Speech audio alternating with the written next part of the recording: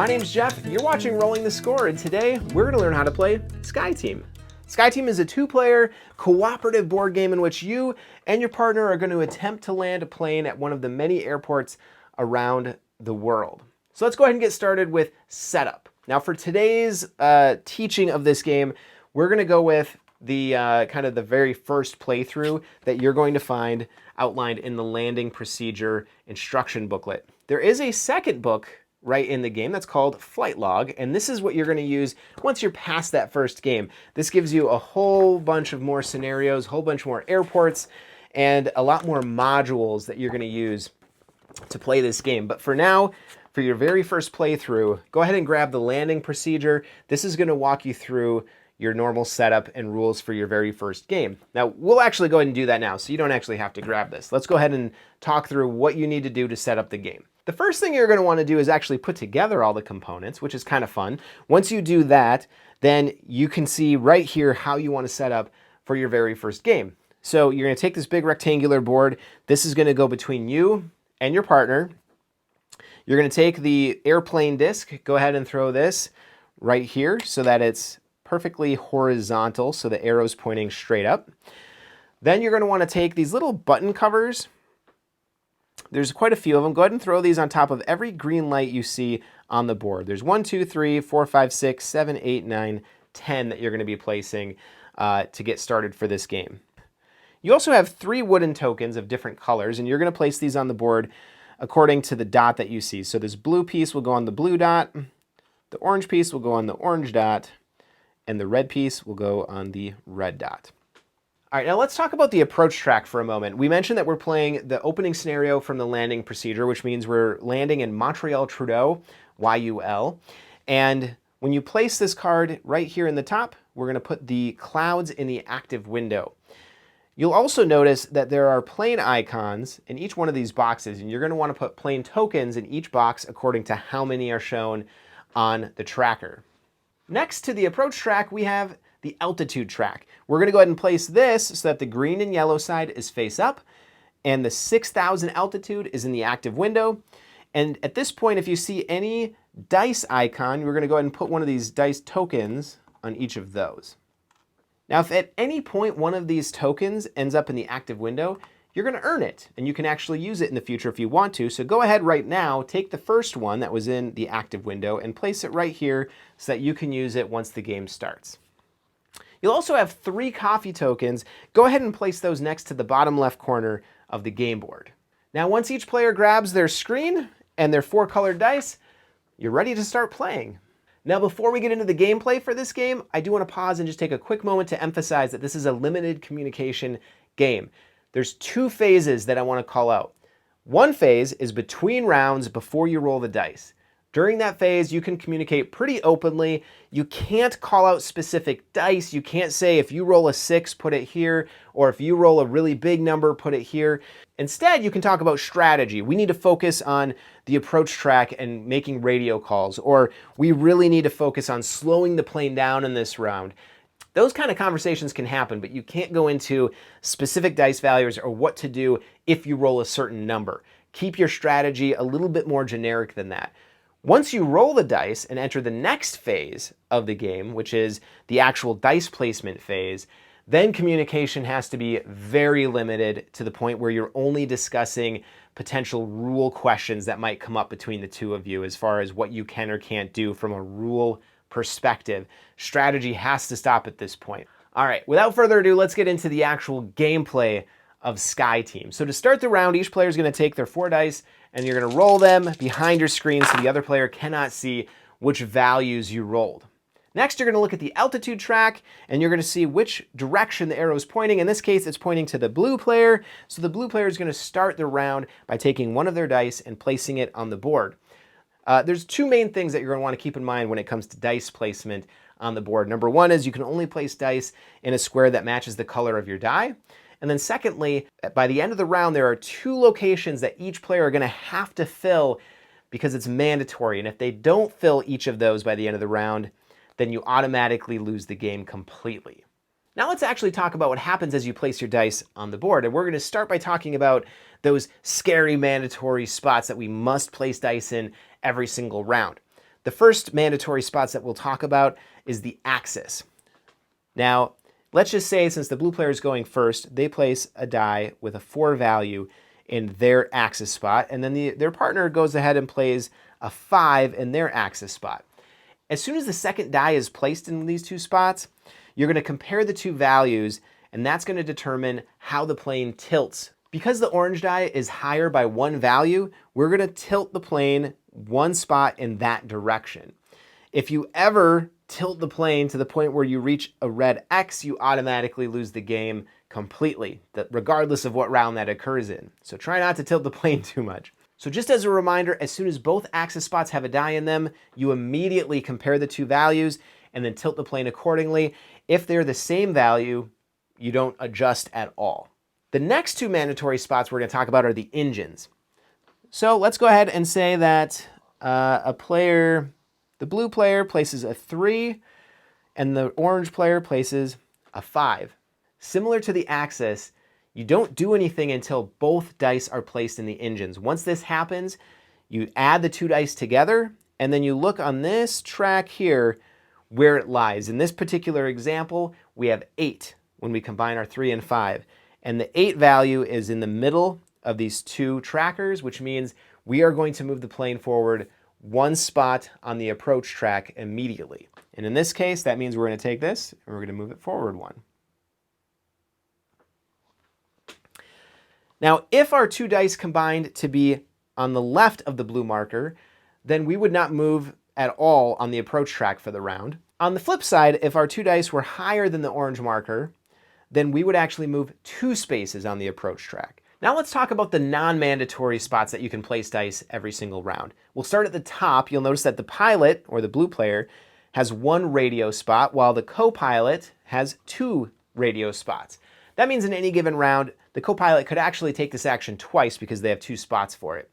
If you place a die on one of these radio icons, then you're going to look at the approach track, and you're going to take the value and count up from the active window. So 1, 2, and then you're going to remove a plane from that box. This is important because while you can have planes in the active window of the approach track, if you were to move it again while a plane is still here, you would immediately lose the game. So getting rid of these plane tokens is vital in order for you to win at Sky Team. By placing a 2, we can go 1, 2, and remove this plane token. Likewise, if the blue player decided, yeah, I'm going to go ahead and do the same thing on my side and placed a 6, they would count out 6. 1, 2, 3, 4, 5, 6, and take a plane off of the 6th box. Next, let's go ahead and go down to the landing gear. Now, because you're approaching the runway, you do need to be preparing the landing gear, and that's up to the pilot, or the blue player, to accomplish. They can choose, in any order here, to place dice of the value that's displayed on these 3 boxes, and upon doing so, can flip the switch to the green light so the green light's on. Once the switch is flipped, you keep it flipped for the rest of the game. Now, anytime the pilot flips one of these 3 green switches on the left side for the landing gear, they're going to immediately move the aerodynamics marker that's blue over to the right 1 spot. Moving the aerodynamics tracker is meant to symbolize the drag that the landing gear is putting on the plane as it's attempting to land, which means you have a higher probability now of moving slower when you take the sum of your 2 engine dice going forward. Now, similar to the landing gear, the co-pilot has their own set of dice that they need to place, which is for the flaps of the plane. Now, you'll notice, though, in this case, the flaps have to be played in a particular order, unlike the landing gear. So we have arrows between each of these spots. So for the co-pilot, they're going to have to start at the top. They can place a 1 up here and flip the switch. And similar to the landing gear, as soon as they flip one of these switches, you're going to go ahead and take the aerodynamics marker that's orange and move it to the right 1 spot. Once again, symbolizing the added drag on the plane as you're moving forward and attempting to land. Once the switch is flipped, it's flipped for the rest of the game. So either this round or the next round, you can continue your progression, turning each of these switches on. All right, so just to recap so far, we talked about our mandatory spots, which are the axis and the engines. We also talked about the non-mandatory spots of the radio, the landing gear, and the flaps. Now let's talk about concentration. At the very bottom of the board, either player can place a die of any value into these coffee spots, and doing so will earn the players a coffee token. You can spend this in the future, at any time, either player, when you place a die, to adjust the value of that die up or down by a value of 1. Now, you cannot go below 1. You cannot go above 6 using a coffee token. And that leaves the last section of the board that you can place dice, which is the breaks. Now, these are blue spots, which means only the pilot can place dice there, and they need to go in order as shown by the arrows between each of these boxes. So if the pilot takes as a 2 die and places it here on the first break spot, they can flip the switch to green. Immediately upon doing that, you are going to move this break token to the right one spot. These have to go sequential, so whether it's the same round or a future round, the next time the pilot places a die in the 4th spot, they'll flip the switch and once again move the break token to the right one spot. And if they want, they can eventually place one more die in the 6th spot. And doing so flips this switch and moves the break token one more spot to the right. Now, why would you want to advance the break track? It is completely optional. You don't have to place dice here and advance on this track if you don't want to. But as your plane approaches the runway and you get to the point of landing, it could be very beneficial to you to have advanced this marker a time or two throughout the game. We'll talk about that in just a moment. The last thing I'll mention before we talk about that final round is this die token. This is a reroll token, and at the very beginning of the game, because there was one in the active window, we got to claim it to use throughout the game, and eventually, when your altitude gets to 2,000, you'll get another token. At any time throughout the game, you can choose to take this token, and both players, if they want, can reroll any number of the dice that they have behind their screens at that moment. So don't be afraid to use this if you think you need a better dice roll. All right, so we've talked about all the different places you can place a die. Once you've both placed all 4 of your dice on the board, that's going to trigger the round end. So let's go into what happens at that point. The first thing you're going to do at the end of each round is advance the altitude track. Then you're each going to take the 4 dice back from the board. Next thing you're going to do at the end of the round is compare the 2 active windows for both the approach track and the altitude track. If it looks like this and you haven't reached the end on the 2 tracks yet, then you're going to go ahead and go into a new round and play just like what we just explained. However, if you notice that both tracks are now like this, then you're going to trigger the final round of the game in which you actually attempt to finally land this plane at the airport. Now, your screen is going to very nicely remind you of a lot of key rules, including what happens during the final round, so make sure you reference this as you need to. And it's going to remind you a couple things. Number 1, you need to make sure that to win this game, you have no airplanes on the approach track. In this example, we've gotten rid of them all by making our radio calls, so we're good there. Secondly, by the end of this round, all of your landing gear and flaps need to be flipped to their green lights. Third, by the end of this round, your plane's axis needs to be completely horizontal. And finally, when you both place a die on this final round on the 2 engine spots, instead of comparing the sum of the values to the track up here, you're going to compare them to the brake track, and you need to be less than wherever the brake marker is. In this example, we have a sum of 5, and because we're under the marker, we're good. We actually could have had 6. We could have had a sum of 6 and still won the game. Now, if all 4 of those things are true by the end of the round, you won. You landed your plane successfully. Well done. All right, now let's talk about a couple kind of more special cases that you could find yourself running into. The first one is that you approach the airport too quickly, and you could end up in a situation where you're still at 1,000 altitude, but you're actually approached the airport in the final window here. If this happens to you, you haven't lost yet. That's okay. What you're basically doing is circling the airport, but you're still at the altitude of 1,000. So what you need to do on this next round of the game, you're going to play it like normally. You have not triggered the final turn yet. You're going to want to make sure that your engine values are below the blue tracker so that you are not advancing at all on the approach track, because if you do, you overshoot and you lose. Now, another special case that could happen is that you don't reach the airport in time. In this particular case, it could look like this. You have actually reached ground altitude, but the airport is still too far away. And if this happens, you would lose. So now, just as one more quick reminder, let's talk about the different ways you can lose at Sky Team. If you finish a round, but you do not have a die in each of these 4 mandatory spots, you lose immediately. Secondly, if you would advance on the approach track, but there's currently airplane tokens in the window that would then get pushed underneath the board, you lose. If the tilt of your plane goes too far to one side or the other, you lose.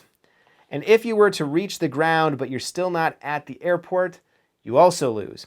Finally, once you actually get to the actual last turn of the game and you're attempting to land, if the sum of the two engine dice is not less than the break marker, you would also lose. Now let's end on a happy note and just reiterate the victory conditions to win this game. First is to actually get to the final round, and to accomplish that, you need to both have the altitude track at ground level and the approach track of the airport in the active windows. That triggers your final round. This is the last chance you have to place dice in this game. Then you need to make sure that by the end of the round, the 3 landing gear switches have all been flipped. The 4 flap switches have all been flipped.